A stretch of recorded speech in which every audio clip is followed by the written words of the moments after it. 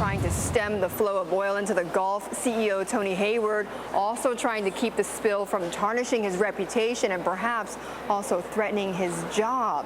Analyst Fadel Gheit has followed BP for well over a decade through four CEOs, with Hayward being the last, of course, back in 2007, being named the head of BP. And Fadel, good to have you back on the program with us. It's been a while, and you know, these questions about Hayward's performance. Is it too early to say whether or not his job is threatened from this crisis? Well, in my view, his job is safe. He's doing an excellent job under the circumstances.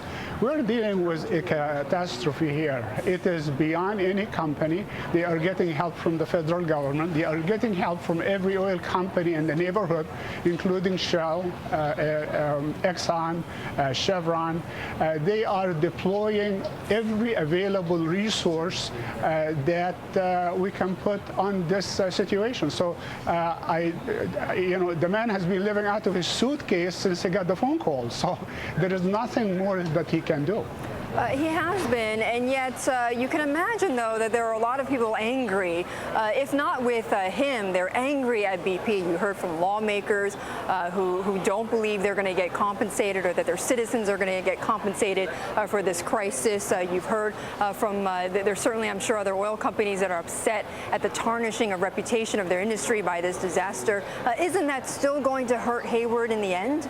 Well, I'm not sure you're going to. Tony Hayward happened to be the chairman of BP. BP is the largest oil producing company in the Gulf of Mexico. They have the largest acreage, the largest investment, the largest reserve, the largest production. It is the largest oil company in the U.S. They're contributing to our economy. The company is doing everything they could do right now under the circumstances.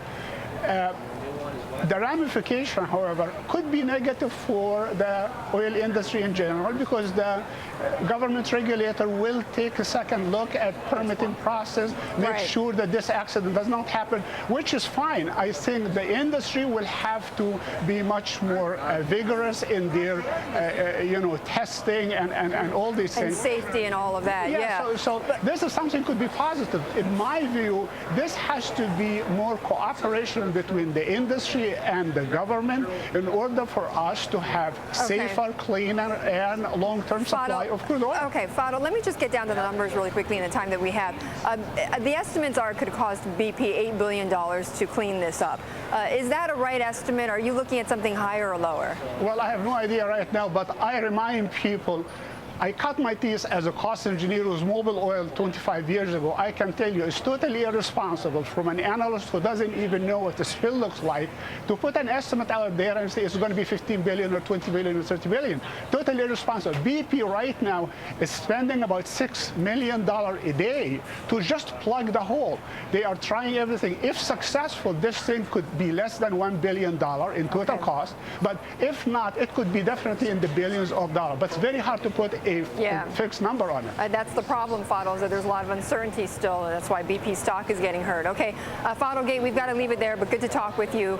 Again, Fadel Gheit at Oppenheimer talking about BP and the oil spill.